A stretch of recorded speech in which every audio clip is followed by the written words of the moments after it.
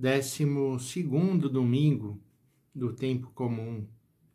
Meus irmãos e irmãs, a liturgia neste domingo nos convida a nos perguntarmos quem é Jesus para nós e como nós estamos anunciando Jesus.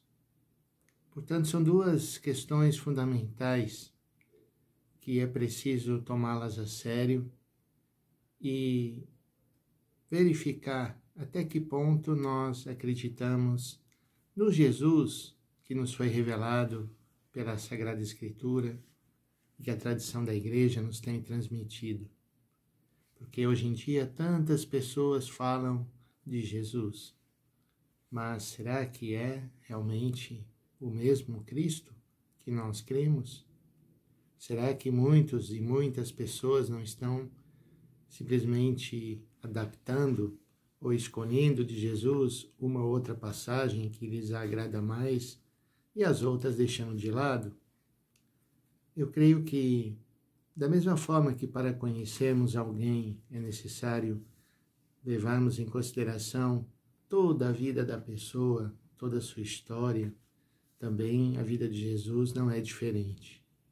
Portanto, o convite hoje é contemplar Jesus, contemplar a sua pessoa, encontrar no profundo de nós quem é esse homem para a nossa vida, o que ele significa, que lugar ele está ocupando. A primeira leitura, que é do profeta Zacarias, capítulo 12, 10 e 11, capítulo 13, o primeiro versículo. Nesta leitura, o profeta fala que ele derramará sobre a casa de Davi e sobre os habitantes de Jerusalém, Deus derramará um espírito de graça e de oração. E com este espírito derramado por Deus, o olhar da comunidade se volta para uma figura que é um profeta que é morto. E diz a leitura duas coisas bem significativas. Em primeiro lugar, diz: aos que eles feriram de morte hão de chorá-lo, como se chora a perda de um filho único, hão de sentir por ele a dor que se sente pela morte de um primogênito. É quase como se fosse uma antecipação daquilo que o Senhor passaria por nós.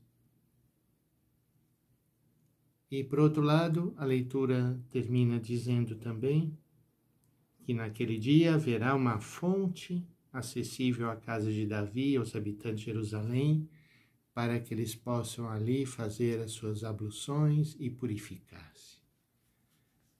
Portanto, a morte desse profeta vai ser também ocasião de purificação, de renovação na vida de todo o povo. Assim é também a vida de nosso Senhor Jesus. Sua morte por nós na cruz é também o sinal de uma nova aliança estabelecida com todos nós, para que participemos da sua paixão, morte e da sua ressurreição. A segunda leitura é de São Paulo aos Gálatas, capítulo 3, de 26 a 29. São Paulo escreve: irmãos, vós todos sois filhos de Deus pela fé em Jesus Cristo. Todos, palavra que é importante. Todos sois filhos de Deus pela fé em Jesus Cristo. Vós todos que fostes batizados em Cristo, vos revestistes de Cristo. E a pergunta para nós é: o que significa nos revestirmos de Cristo? É simplesmente imitar atitudes, é repetir palavras que ele disse? Eu acredito que se trata de algo muito mais profundo. É deixar que, como diz São Paulo, já não sou mais eu que vivo, é Cristo que vive em mim.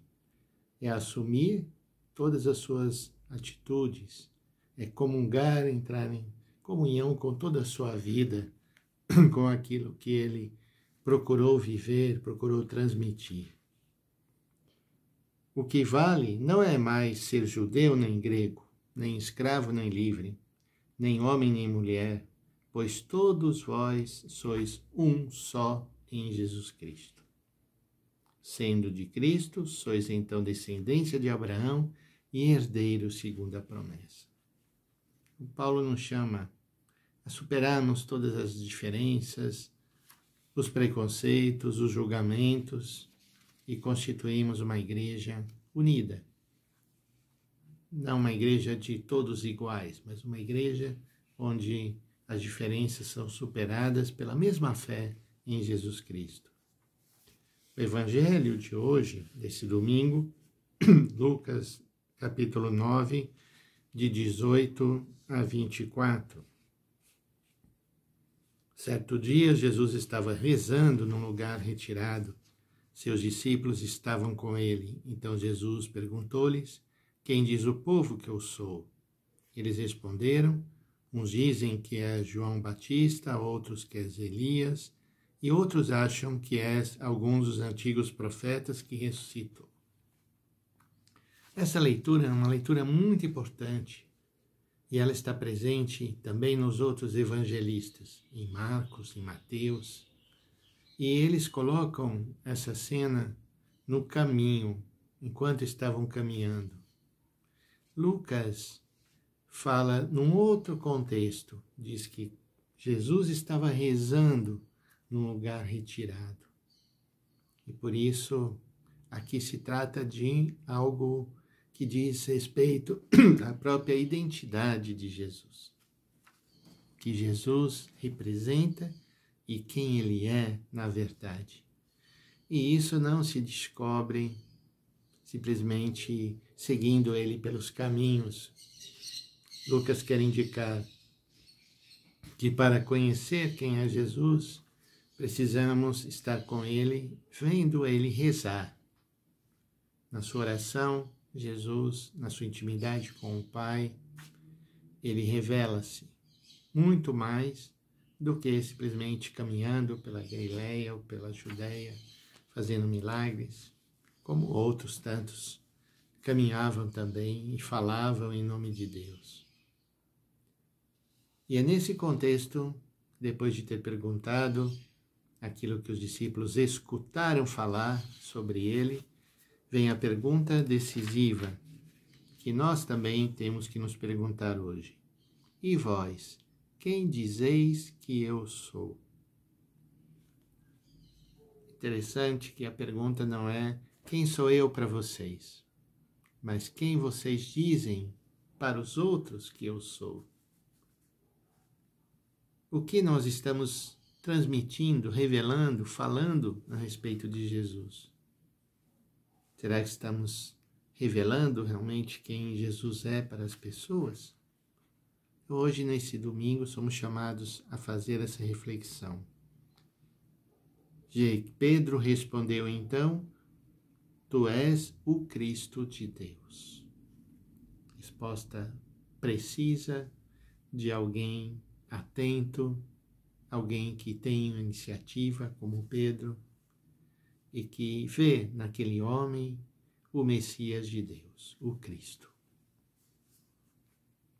Jesus proibiu-lhe severamente que contassem isso a alguém.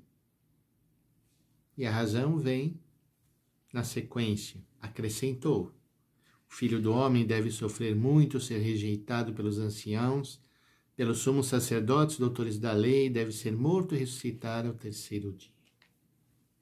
Aí sim se dará a plena revelação de quem é Jesus, da sua verdadeira identidade, na sua entrega por nós na cruz.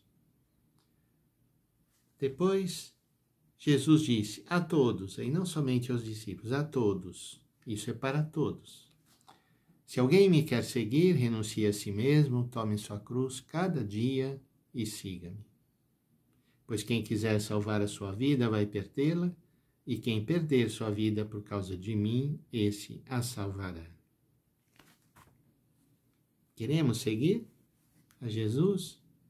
Então tomemos a nossa cruz cada dia, renunciemos a nós mesmos, porque nessa atitude de abertura para o mundo, para as pessoas, do serviço, que nós estaremos seguindo a Cristo. Que Ele então nos dê essa graça de nós não buscarmos salvar a nossa própria vida, olhando para nós, mas olhando para aqueles que sofrem, colocando a nossa vida a serviço, como o Senhor o fez.